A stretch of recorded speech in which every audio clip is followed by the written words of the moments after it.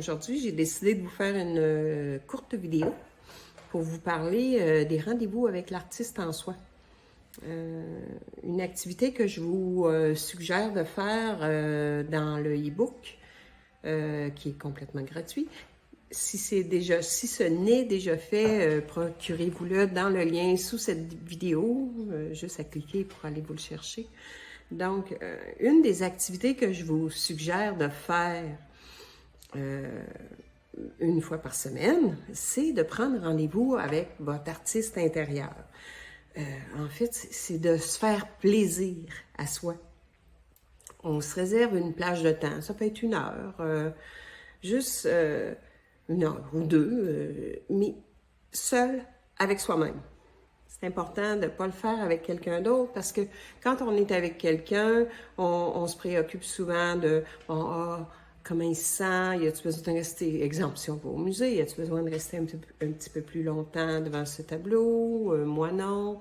Alors, en faisant l'activité seule, vous vous préoccupez de votre moi intérieur, votre créateur intérieur. Donc, ça, c'est un moment qu'on met à l'agenda une fois semaine, 1 à 2 heures. On le planifie à l'avance.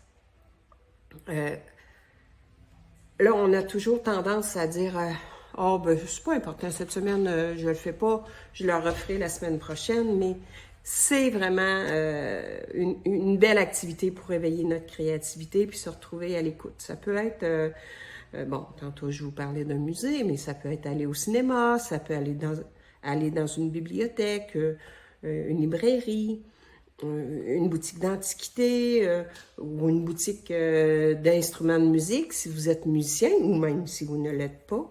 Il y a plein d'activités que vous pouvez faire, ne serait-ce que d'aller vous promener en ville, au centre-ville, pour regarder l'architecture, des vieux bâtiments. Alors, c'est vraiment important de s'accorder ce temps-là et ça nous sort complètement de l'isolement. Et on laisse place aux synchronicités.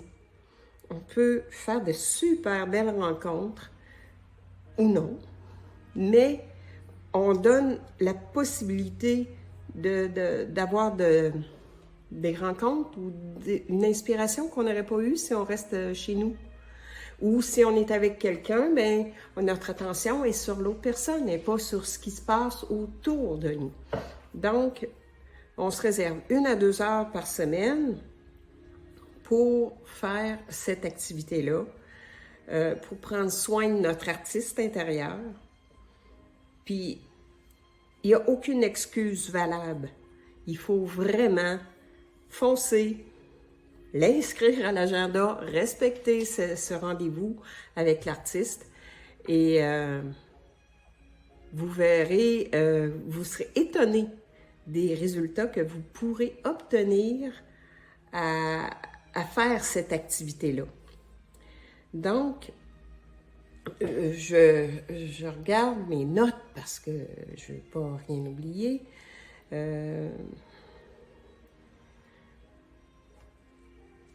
Alors, j'ai fait le tour.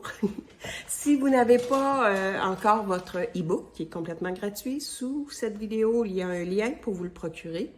Et gênez-vous pas, si vous avez des questions ou même des suggestions d'activités pour prendre un rendez-vous avec l'artiste en vous, je vous invite à partager avec nous. Et tout ça est tiré de ce magnifique ouvrage, j'en ai quelques-uns, de Julia Cameron, « Libérez votre créativité ». Alors moi, je vous invite à éveiller votre créativité.